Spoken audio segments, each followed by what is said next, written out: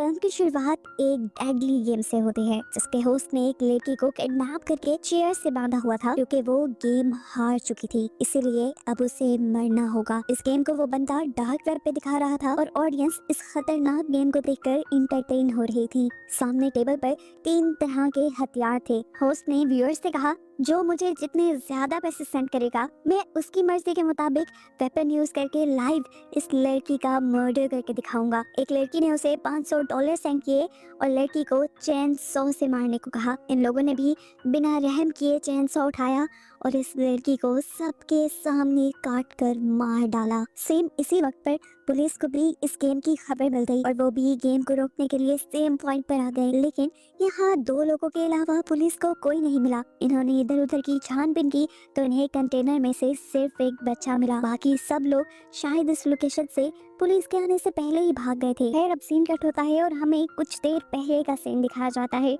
Ben थका हारा अभी घर आया ही था कि उसे खबर मिली कि उस आदमी ने दोबारा से वो गेम शुरू कर दी है। खबर सुनते ही वो फौरन पुलिस स्टेशन पहुंचा जहां डार्क वेब पर बैठ कर सारे ऑफिसर्स वो गेम देख रहे थे, उसी प्रेजेंटर की जिसे ये अभी तक सक्सेसफुली ट्रैक नहीं कर पाई। गेम में उसने 2 लोगों को किडनैप करके रखा हुआ था और जबरदस्ती वो उन दोनों से रॉक पेपर सीजर खिलवाता है। ये दोनों जानते थे कि इस खेल के बाद इनकी जान चली जाएगी। ये दोनों जब नहीं खेलते तो इन्हें टीजर गन से शॉक दिया जाता है। दोनों जब गेम खेलते हैं तो लड़की हार जाती है, जिसकी वजह से अब उसको मार दिया जाना था। ये वही सीन था जिसे मूवी के स्टार्ट में ही दिखा दिया गया है कि कैसे के लोग इस लड़की को चैन सॉ से मार देंगे। ये सब देखते हुए बेन फौरन अपनी साइबर सिक्योरिटी के पास जाता है और उसे प्रेजेंटर को ट्रैक करने को कहता है। पर बुरी खबर ये मिलती है कि प्रेजेंटर तो ऐसा सिस्टम यूज कर रहा है जिसकी वजह से पुलिस भी उसे ट्रैक नहीं कर पा रही। हर मर्तबा उसकी ट्रैक हुई लोकेशन गलत मिलती है और वो बच जाता है,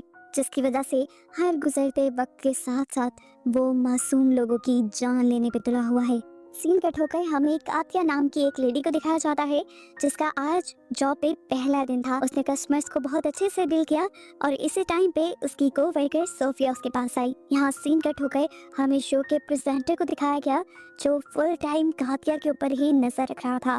कातिया के साथ उसने 3 और लोगों पर भी नजर रखी हुई थी। शायद वो इन तीनों को ही किडनैप करके अपना शिकार बनाने वाला था। यहाँ पर हम बेन को देखते हैं जो अभी भी उस प्रेजेंटर के पुरानी शो को देख रहा है। बैकग्राउंड पे उसे कुछ लोग दिखाई देते हैं और जब वो उनके बारे में इन्वेस्टिगेट करता है तो उसे पता चलता है कि इन लोगों का भी किडनैप हुआ था।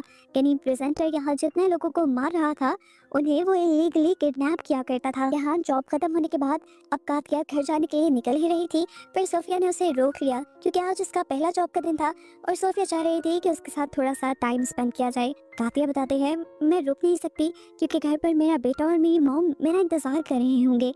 लेकिन सोफिया की बहुत ज्यादा इंसिस्ट करने पर वो एक जूस पीने के लिए रुक गई। इन्होंने बातें की और जैसे ही कातिया जाने लगी तो हमने प्रेजेंटर को देखा कि उसने अपने लोगों को अलर्ट रहने का कह दिया था। कातिया के एक सुनसान जगह पहुंचते ही वो सारे मिलकर कातिया के ऊपर हमला करके उसे बेहोश कर देते हैं, जिसके बाद हम देखते हैं कि कातिया को भी अब उस लोकेशन पे पहुंचा दिया गया था जहां पर प्रेजेंटर वो शो किया करता था। उसे जब होश में आया तो वो घबरा गई। इससे पहले कि वो चिल्ला देती, एक आदमी चादर से मुंह निकाल कर उसे आहिस्ता बोलने को कहता है और बताता है कि अगर कोई भी यहाँ पर शोर करता है तो वो उसे टीजर गन से शॉक देते हैं। कातिया परेशान हो गई थी। वो जानती थी कि घर पे उसका बेटा और उसकी मॉम उसका वेट कर रहे होंगे। उसने साथ में से पूछा, कौन है ये लोग जिन्होंने हमें यहाँ पर बांध रखा है। बाद में बताता है कि इस बारे में मुझे भी ज्यादा नहीं पता, मुझे भी अभी किडनैप करके लाया गया है और होश में आने पर जब मैं बोलने लगा तो मुझे टीजर गन से शॉक दे दिया इन्होंने। देखने को मिला कि अब प्रेजेंटर ने इन लोगों की किडनैपिंग की वीडियो भी अपने अकाउंट पर पब्लिश कर दी थी। ये देखकर बहन बहुत ही ज्यादा गुस्से में आ गया और उसने अपनी टीम से कहा कि इन सारे लोगों की इंफॉर्मेशन निकालो, ये लोग कहाँ कहाँ काम करते थे और कहाँ कहाँ से इन्हें किडनैप किया गया। बेन बुरी तरह इस केस में फंस गया था। कहीं पे भी उसे कोई सुराग नहीं मिलता था जहाँ जाकर वो प्रेजेंटर को पकड़ पाए। अब उसके दिमाग में केस को सॉल्व करने का एक आइडिया आता है। वो एक ऐसे कैदी के पास जाता है जिसे उसने ही अरेस्ट किया था एक डार्क वेब वाले केस पे। इस लड़के ने असल में डार्क वेब के ही एक बंदे को पकड़कर उसका मर्डर किया था। डार्क वेब के लोगों को कैसे पकड़ना था ये उसे अच्छे से आता था। बैंक उसे शो में किडनैप हुए लोगों की पिक्चर दिखाता है और शो के बारे में बताता है। वो चाहता था कि ये कैदी हेल्प करे उस प्रेजेंटर को पकड़ने में, लेकिन बेन की उम्मीदें सारी ये लड़का तोड़ चुका था, ये बताते हुए कि ये आदमी डार्क वेब का सबसे स्ट्रॉन्ग आदमी था, इसे पकड़ना नामुमकिन था। वो उसे बताता है कि जानता होगा कि पुलिस पहले ही इसके पीछे पड़ी हुई है, तो वो हमेशा अपने बैकअप्स जरूर रखता होगा, जिसकी वजह से पुलिस उसे पकड़ नहीं पाएगी। ना उम्मीद होकर बेन जब वापस अपने ऑफिस आया तो उसे पता चला कि प्रेजेंटर ने 2 और लोगों को किडनैप कर लिया था। वो अपनी गेम को आगे बढ़ाता जा रहा था, मासूम लोगों की जान लेता जा रहा था और पुलिस अभी तक हाथ पे हाथ रखकर बैठी थी। सीन कट होकर दिखाया जाता है कि प्रेजेंटर ने अपना दूसरा शो भी शुरू कर दिया था। इस मर्तबा उसके शो में बहुत सारे कंटेस्टेंट थे। उसने गाथिया को भी यहाँ पे बुलाया और सभी कंटेस्टेंट के सामने एक गन रख दी। उसने व्यूअर्स को बताया कि आज की गेम बहुत मजेदार होने वाली है। इस गन में सिर्फ एक ही गोली है और ये 6 कंटेस्टेंट हैं। जिसकी किस्मत बुरी होगी वो मारा जाएगा। गेम स्टार्ट हो जाती है। कंटेस्टेंट को बताया जाता है कि उन्हें गन सर पे रख के उसका ट्रिगर दबाना है। बारी बारी सबने ट्रिगर दबाना शुरू किया। कातिया जब गोली चलाती है तो उसकी बंदूक में गोली नहीं थी, लेकिन जैसे ही एक दूसरे कंटेस्टेंट ने ट्रिगर दबाया तो गोली चल गई और उसका दिमाग फट गई। वो वही मारा गया। एक तीसरे कंटेस्टेंट की गोली की जगह एक फ्लैग बाहर निकला था और उन्हें बताया कि ये इंसान भी गेम हार चुका है और इस तरह से ये लोग अपनी ऑडियंस की ख्वाहिश के मुताबिक मारने वाले थे। ऑडियंस में से दोबारा एक लड़की ने $500 सेंड किए और उस आदमी को ब्लीच देकर मारने का कहा। सबसे ज्यादा पैसे ही उसने दिए थे, तो उसकी बात मानी गई और आदमी को ब्लीच पिला दिया गया, जिससे उसके अंदर के सारे ऑर्गन्स फट गए और वो मारा गया। अगले दिन के न्यूज़पेपर में दिखाया गया कि किस तरह वो गेम शो लोगों को मारता जा रहा है, लेकिन पुलिस ने अभी तक कुछ नहीं किया। अब क्योंकि पुलिस से ये केस सॉल्व नहीं हो रहा था, तो FBI को ये केस सौंप दिया गया और ये चीज प्रेजेंटर को भी पता चल गई। प्रेजेंटर भी हर चीज को बहुत गौर से देख रहा था। दूसरी तरफ कातिया के साथ मौजूद एक और कैदी साशा, ये दोनों मिलकर प्लान बनाते हैं कि ये लोग यहाँ से भाग जाएंगे, क्योंकि अगर ये यहाँ रहे तो इनका मरना तय है। वो फैसला करता है कि अब जब ये लोग यहाँ पे उन्हें लेने आएंगे तो वो उन्हें मारकर उनकी गन छीन लेंगे और फिर यहाँ से भाग जाएंगे। इन दोनों की ये प्लानिंग प्रेजेंटर ने सुन ली थी और ये सुनने के बाद उसने कातिया को अपने ऑफिस में बुलाया। वो कातिया से कहता है, क्या तुम नहीं जानती यहाँ पे बात करना मना है और तुमने बात करके रूल तोड़ा है, जिसकी सजा अब मैं तुम्हें नहीं दूंगा बल्कि तुम्हारी साथ वाली को दूंगा, ताकि तुम्हारा गिल्ट कभी तुम्हें और गलती ना करने दे ऐसी।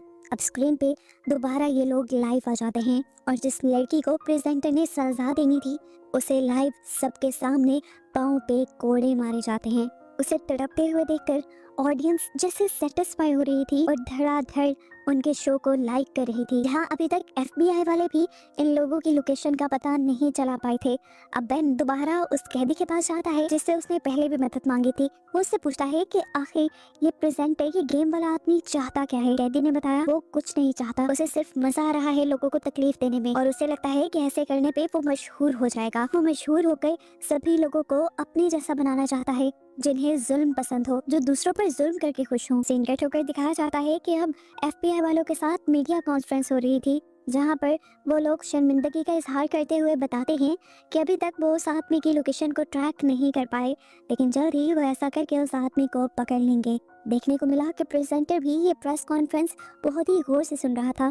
सीन कट होकर हम बेन को देखते हैं जो अपने घर आया था। वहाँ पर उसके लिए एक सरप्राइज था। उसकी वाइफ को पता चला था कि उनके घर एक बेटी पैदा होने वाली है। ये सुनकर बेन को खुश होना चाहिए था, लेकिन वो खुशी का इजहार नहीं कर पाया क्योंकि वो इस केस में बहुत ज्यादा इन्वॉल्व हो गया था और इस तरह उसकी वाइफ को लगने लगा कि शायद बेन इसकी फैमिली से और उसकी बेटी से खुश नहीं। यहाँ दोबारा हम प्रेजेंटर का शो देखते हैं, जहाँ पर वो 4 लोगों की तस्वीर दिखाता है और बताता है कि अगले दिन वो इन 4 लोगों को किडनैप करने वाला है। यानी वो सीधा सीधा पुलिस को धमकी दे रहा था और साथ ही एक मौका भी दे रहा था उसको पकड़ने का। पुलिस वाले फौरन उन लोगों की लोकेशन ट्रैक करने लगे जिनको उस आदमी ने किडनैप करवाना था। इतने में ही बेन जब ऑफिस में आया तो उसे मीडिया वालों ने घेर लिया। अब प्रेजेंटर जैसे ही बेन की फुटेज देखता है तो वो हैरान हो जाता है कि एक नॉर्मल सा पुलिस वाला इतना ज्यादा इस केस में इंडल्ज क्यों है। वो इसके बारे में इंफॉर्मेशन निकलवाता है और उसे पता चलता है कि बेन की मॉम और बहन किसी ने बेदर्दी से उन दोनों का मर्डर कर दिया था। बेन उन्हें बचा नहीं पाया था और इस चीज़ का बेन को बहुत रिग्रेट था, जिस रिग्रेट को ख़त्म करने के लिए वो अब मासूम लोगों की जान बचाने के मिशन पर था। यहाँ पर फाइनली अब प्रेजेंटर उन लोगों को भी किडनैप करवा चुका था जिनके लिए उसने पिछले दिन धमकी दी थी। इसमें एक बहुत छोटी बच्ची भी थी जो इस शो को देखती थी। उसे लग रहा था कि ये शो वाले उसको कुछ नहीं करेंगे, लेकिन प्रेजेंटर ने यहाँ उसे बताया कि अगर वो इस गेम में आ गई है तो वो अब इस शो की फैन नहीं रही बल्कि इस शो की विक्टिम बन गई है, और जैसा यहाँ पर मौजूद सब लोगों के साथ होगा वैसा ही सलूक उसके साथ भी किया जाएगा। ये कहते ही वो कैमरास की तरफ मुड़ गया और अपने व्यूअर्स को बताने लगा कि आज वो लोग डॉज गेम खेलेंगे, जिसमें गेमर्स ने एक दूसरे को बॉल मारनी थी। इस बॉल से बाकी लोगों ने बचना था और अगर किसी एक को भी ये बॉल लग जाती तो वो मारा जाता। अब यहाँ पर गेम स्टार्ट होती है, ये लोग एक दूसरे को बॉल मारते हैं और काफी लोग यहाँ पे हार जाते हैं। जैसे ही उस छोटी बच्ची और एक बूढ़े आदमी की बारी आती है तो बूढ़ा आदमी बॉल को नीचे फेंक देता है बचाए लड़की को मारने के। उसे प्रेजेंटर से कहा कि मैंने हार मान ली है, मैं उस लड़की को नहीं मार सकता। ये देखकर प्रेजेंटर ने उसे कहा कि यहाँ पर गेम तुम्हारी मर्जी से नहीं खेला जाएगा। यहाँ पर इस बूढ़े आदमी को अपने पास एक वायर का टुकड़ा मिला, ये काफी शार्प था जिसे उसने अपने पाँव के जूते में छुपा लिया। अब काफी दिन गुजर जाते हैं और कोई शो प्रेजेंटर ऑन एयर नहीं करता। काफी दिन बाद जैसे ही उसका शो ऑन एयर होता है तो बेन के साथ साथ सभी पुलिस ऑफिसर और FBI एजेंट उस शो को देखने लग जाते हैं। अब क्योंकि प्रेजेंटर को बेन के बारे में पता चल चुका था तो वो बार बार शो में बेन का नाम ले रहा था। वो ये भी जान गया था कि पुलिस वाले इस शो को देख रहे हैं। अपने व्यूअर्स के साथ वो पुलिस वालों को भी बताता है कि पिछले दिन उस बूढ़े आदमी ने रूल तोड़ा था जिसकी वजह से अब दोनों की जान जाएगी, लेकिन बेन यहाँ पर किसी एक की जान बचा सकता है। वो अगर चूज करे कि किसको मारना है तो एक की जान बच सकती है। सब बेन को मना कर रहे थे कि वो चूज ना करे, लेकिन तब प्रेजेंटर ने कहा कि अगर बेन कुछ चूज नहीं करेगा तो ये दोनों मारे जाएंगे। एक की जान बचाने के लिए बेन ने फौरन से 2 का बटन दबा दिया। सेकंड नंबर पे थी लड़की और उसके बटन दबाते ही उसे शूट करके मार दिया गया। इतनी देर में पुलिस वाले भी उसकी लोकेशन पर पहुंच गए थे, लेकिन वहां जाकर पता चला कि ये शो तो उस जगह पे हो ही नहीं रहा था जो लोकेशन उसे पता चली थी। हंसते हुए इस टाइम प्रेजेंटर ने बताया तुम्हारे साथ गेम खेली गई है, तुम मेरी लोकेशन तक पहुंच जाओ, ये इम्पॉसिबल था, तुम्हें वो गलत लोकेशन मैंने ही बताई। ये कहते ही यहाँ पर शो खत्म हो जाता है। दूसरी तरफ हम उस बूढ़े आदमी को देखते हैं जो अब उस बच्चे की मौत का जिम्मेदार अपने आप को समझ रहा था, इसलिए जो शार्प वायर्स उसने अपने पाँव में छुपाई थी वो उसके जरिए अपनी नसें काट के सुसाइड कर लेता है। जैसे यहाँ पर सब लोगों ने उस बूढ़े आदमी को मरा हुआ देखा तो इन सबको काफी दुख हुआ। दूसरी तरफ दिखाया गया कि अब बेन भी शदीद शौक में था क्योंकि वो अब मासूम लड़की की मौत का जिम्मेदार अपने आप को समझ रहा था। वो इस गिल्ड से बाहर निकलना चाहता था, कुछ करना चाहता था, इसीलिए वो जब ऑफिस के लिए निकलने लगा तो उसे अपने गेट पे एक पार्सल रिसीव हुआ। वो जानता था कि ये पार्सल जरूर प्रेजेंटर ने भेजा होगा क्योंकि वो बार बार जबरदस्ती बेन को इस सब में घसीटना चाह रहा था। हम देखते हैं कि प्रेजेंटर खुद गातिया के पास आया है। उसने गातिया को बताया कि आज तुम्हारी मौत का दिन है, अगर तुम चाहो तो अपने छोटे लाइन से बात कर सकती हो। वो हैरान हुई ये जानकर। छोटा लाइन वो अपने बेटे को कहती थी, ये बात उसे कैसे पता चली? उसे याद आया कि आखिरी बार उसने ये बात अपनी कोवर्कर को बताई थी। खैर अब प्रेजेंटर उसे ऑन एयर ले गया जहाँ पर उससे पूछा गया कि तुम किसे याद कर रही हो। गातिया ने बताया कि मैं अपने बेटे और अपनी कोवर्कर को याद कर रही हूँ। बेन को उसकी हिस्ट्री याद आई। बेन ने उसके बारे में इन्वेस्टिगेशन करवाई थी। वो तो सिर्फ एक ही दिन जॉब पे गई थी। अगर उसने अपने क्लिक का नाम लिया है इसका मतलब ये बेन के लिए एक हिंट है, जरूर उसकी क्लिक भी इन सब में इन्वॉल्व है। वो फौरन उसके क्लिक यानी सोफिया से मिलने के लिए चाहता है, जहाँ पर पहले तो सोफिया उससे कोई बात नहीं करती, लेकिन फिर वो कुछ नोट लिखकर बेन को बताती है कि उसके बेटे को भी इन लोगों ने किडनैप किया हुआ है। कैमरास में से वो इन्हें देख सकता है। उसने जो सब गातिया के साथ किया वो करना उसकी मजबूरी बन गई थी।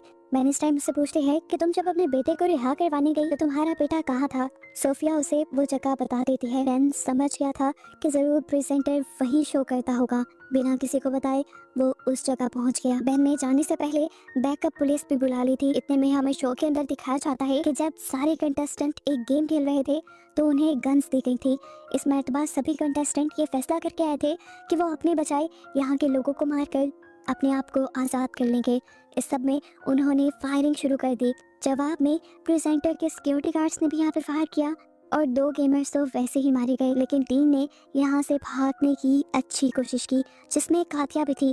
कातिया के साथ उसका एक साथी साशा जब बाहर की तरफ बढ़ रहा था तो उसे एक गार्ड ने पकड़ लिया। कातिया उसे बचाने के लिए रुकी, लेकिन साशा ने कह दिया तुम भागो, तुम यहाँ से निकलो और पुलिस को इस लोकेशन के बारे में बताओ। वो यहाँ से निकलने वाली थी, इतने में बेन उससे टकरा गया। कातिया को घबराए देखकर उसने कातिया को तसल्ली दी कि अभी बैकअप पुलिस भी यहाँ आ रही है और सब चीजें नॉर्मल हो जाएंगी। बेन अब कातिया को छुपाकर आगे की तरफ बढ़ता है। प्रेजेंटर इस टाइम एक रूम के अंदर बैठा हुआ था। उसे देखकर प्रेजेंटर ने उसे कहा, अगर हिम्मत है तो चलाओ मुझ पर गोली। बेन ने भी जरा नहीं सोचा और फौरन उसे शूट करके मार दिया। और जैसे ही वो उसके पास गया तो मास्क उतारने पर पता चला कि यहाँ पर प्रेजेंटर था ही नहीं। यहाँ पर इस टाइम एक मासूम लड़की को जाल में फंसा कर बिठाया गया था और प्रेजेंटर उसके आने से पहले ही यहाँ से निकल चुका था। ये सब लाइव शो में चल रहा था और शो के व्यूअर्स ये देखकर हंसने लग जाते हैं और बेन का बहुत मजाक बन जाता है। दिखाया जाता है कि अब पुलिस यहाँ पर आ चुकी थी। उन्होंने कातिया को तो रेस्क्यू कर लिया, लेकिन यहाँ पर कोई और उन्हें नहीं मिला। बाहर प्रेजेंटर की वाइफ उसका इंतजार कर रही थी। प्रेजेंटर गाड़ी में बैठा और गाड़ी चलाकर उसकी वाइफ यहाँ से उसे दूर ले गई और हमें पता चला कि प्रेजेंटर की वाइफ और कोई नहीं बल्कि सोफिया ही थी। और सोफिया ने ही बेन को फंसाने की ये पूरी प्लानिंग की थी प्रेजेंटर के साथ मिलकर। मूवी के पोस्ट क्रेडिट सीन में हमें दोबारा प्रेजेंटर को दिखाया जाता है जो आज ऑन एयर आया था। उसने सबको बताया कि वो सीजन 2 लेके आने वाला है इसी शो का, जो सुनकर उसके व्यूअर्स बहुत ज़्यादा एक्साइटेड हो जाते हैं और पुलिस के लिए एक नया चैलेंज सामने आ जाता है। और बस इसी को दिखाते हुए ये कहानी यहाँ खत्म हो जाती है।